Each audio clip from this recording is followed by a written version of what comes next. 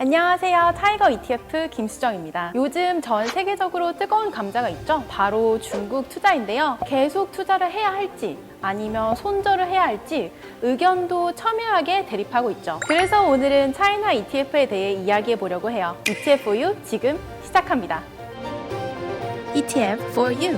지금이 기회라며 급락한 중국 IT 주식을 대거 매수한 돈나무 언니 캐시우드, 미래에 대한 불확실성을 얘기하며 중국 투자 전격 중단을 선언한 소프트뱅크의 손정희 회장, 중국 투자를 두고 이른바 투자계 큰손들의 행보도 이렇게 갈리다 보니 일반 투자자들은 더 헷갈릴 수밖에 없는데요. 위기가 기회다. 이 대목에서 워런 버핏의 투자 조언을 한번 생각해보는 건 어떨까요? 저가 매수의 기회를 찾는 방법도 있지만 위기를 진짜 기회로 만들고 싶다면 발상의 전환이 필요합니다. 중국 정부의 규제로 국가 대표 지수 중 하나가 일주일 새 16% 넘게 떨어지기도 하고 기업들에게 막대한 영향을 미치는 모습을 보면서 저는 두 가지 생각이 들더라고요. 와, 중국 정부는 정말 힘이 엄청나다.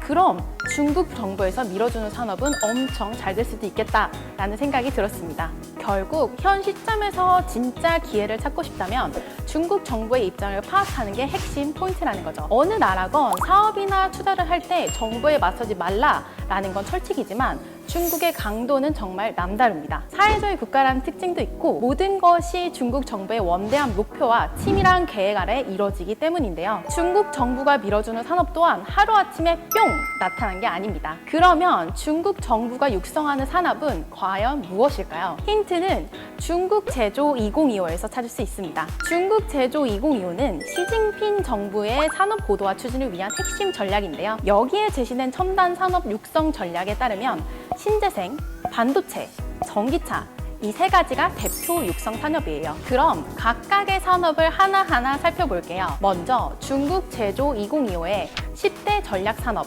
5대 중점 프로젝트, 7대 전략 산업 육성을 보면 신재생 에너지와 관련된 내용이 다 들어가 있어요. 신재생 에너지 관련해서는 시진핑 주석이 직접 거론까지 합니다. 2060 탄소 중립 계획을 선언하며 공식 석상에서 신재생 에너지 산업 육성의 중요성을 다시 한 번 더 강조해요. 어떻게 보면 이건 중국의 자존심 문제이기도 하거든요. 중국이 환경 문제의 주범국이라는 낙인이 있잖아요.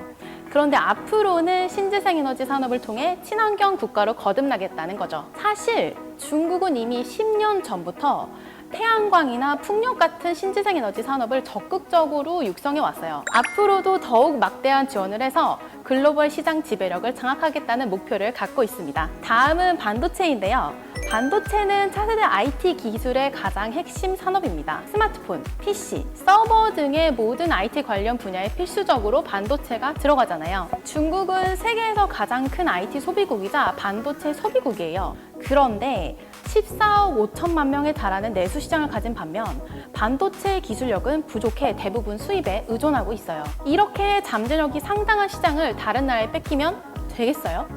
그래서 중국 정부는 반도체 국산화를 위해 전방위적인 노력을 하고 있습니다. 다들 기억하시겠지만 미중 무역 분쟁 당시 미국은 중국 반도체 산업에 대해 제재를 유독 강조했죠.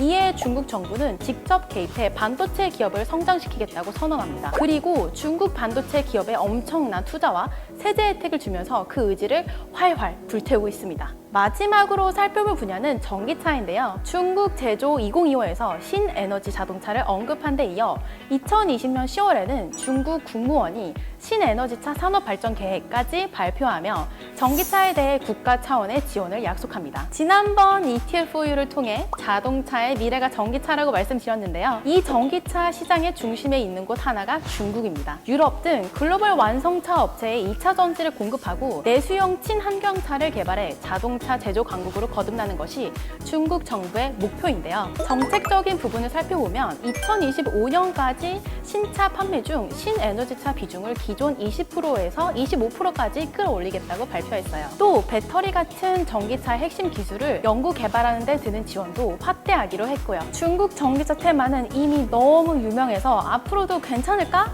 궁금해하시는 분들도 있는데요. 이런 불안감을 소폭 해소시켜줄 데이터가 있습니다. 중국 정부가 2025년까지 판매할 신에너지차 수치를 700만 대라는 아주 구체적인 숫자로 설정하고 신에너지차 발전 계획을 2035년까지 연장했기 때문인데요. 이게 무슨 의미냐면 중국 정부 정책의 수혜를 기대할 수 있는 기간이 이렇게 많이 있다는 거죠.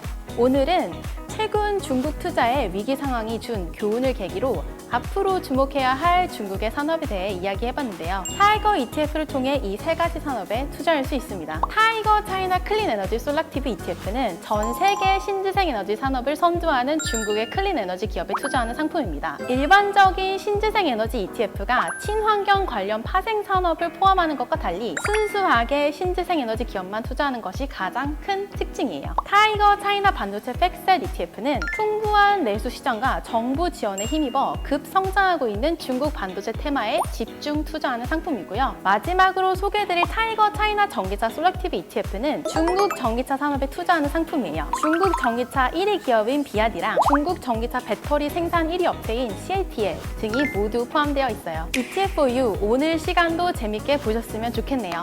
구독자분들의 좋아요와 댓글은 사랑입니다. 구독 버튼도 꾹 눌러주시고요. 다음 시간에도 핫하고 재미있는 트렌드로 찾아오겠습니다. 안녕! ETF for you.